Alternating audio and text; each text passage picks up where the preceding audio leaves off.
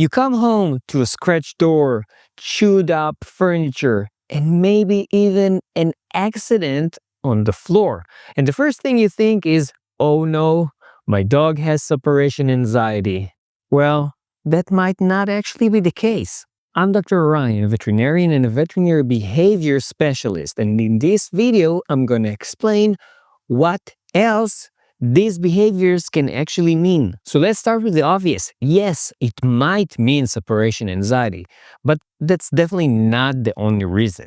And if you stick around until the end, I'm going to actually explain how we get to a diagnosis of separation anxiety compared to the other things that I'm going to mention now. The first thing is boredom.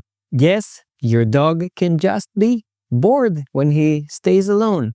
And I'm saying he, but of course it might also be a she or they. Dogs, especially younger dogs, do need a lot of enrichment. They do get bored. And if you leave them alone, sometimes even for just a few minutes, but definitely if you leave them for a few hours, then they just want to do something, and they can't just take the TV remote and start watching dog TV. So instead, they start doing things like chewing stuff and maybe jumping on furniture, which they usually don't do if you're there. And yes, even scratching the doors and stuff like that because they want to go outside, not because they're afraid to be alone. A second option is that they're actually responding to something that's going on outside. For example, they can hear people walking up and down the staircase, or maybe they're hearing another dog outside, or any wildlife or anything like that. And that kind of excites them, and they're responding to that. Becoming aroused by the sounds or the presence of other people or other animals outside is definitely something that can trigger that behavior or behaviors, which might be normal, but yes, they're unwanted. And another important thing I would like to mention is that sometimes it might actually be because of some fearful stimuli or stimulus. There's a difference between anxiety and fear. So for example, many times when we use the term separation anxiety, and by the way, nowadays, some of us tend not to use it anymore because we don't know if the dog is anxious from the owner's not coming back or because he's actually afraid because the owners are not there right now or right when the separation anxiety behaviors are happening.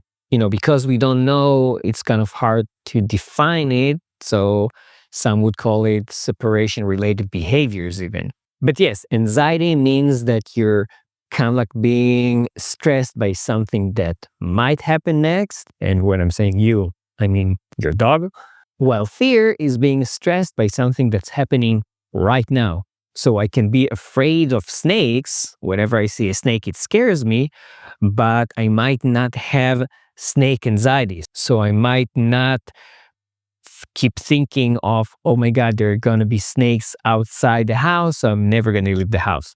Two different things. One is considered normal, the fear, and one is considered abnormal, the anxiety. So going back to the topic of this video, the dog can be afraid of something completely unrelated to being alone. For example, a very loud noise that happened when you weren't there. And what happens? You come home and you find all of the destruction in your house or the drool and feces and urine around the house, and you're assuming it's separation anxiety. But in fact, it was your dog freaking out because of fireworks or a thunderclap that happened when you were not there. And it's important to know because the different causes for this behavior are treated completely differently. Now, thank you for sticking around until this point.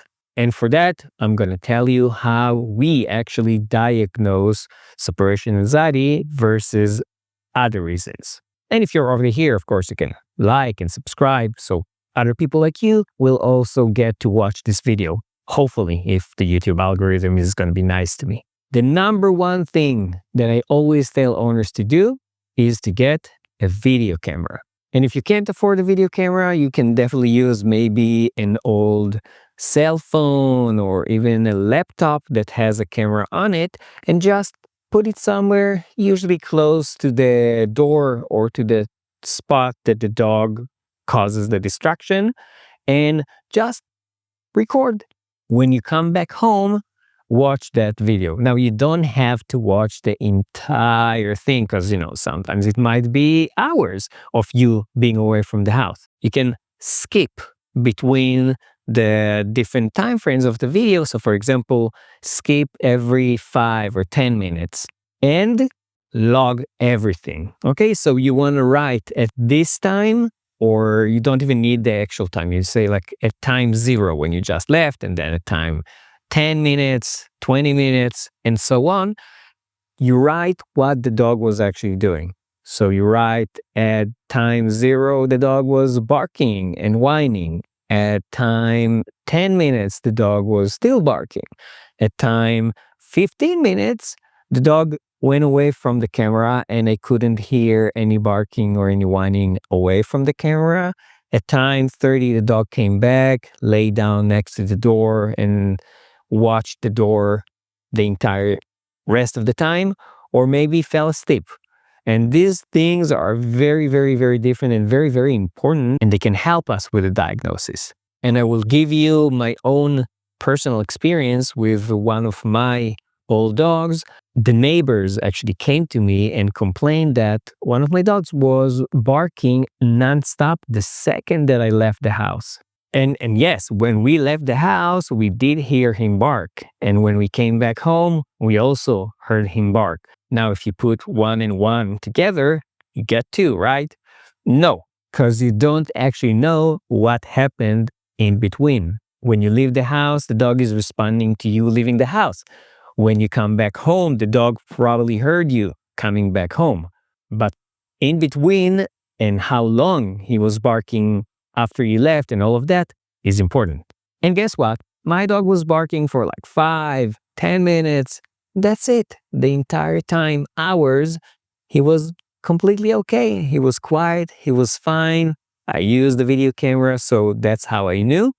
And yeah, he started barking again the second that the car went into the driveway. So the bottom line is that not every barking, not every furniture destruction, and not every time that your dog has accidents in the house, it means that they have separation anxiety.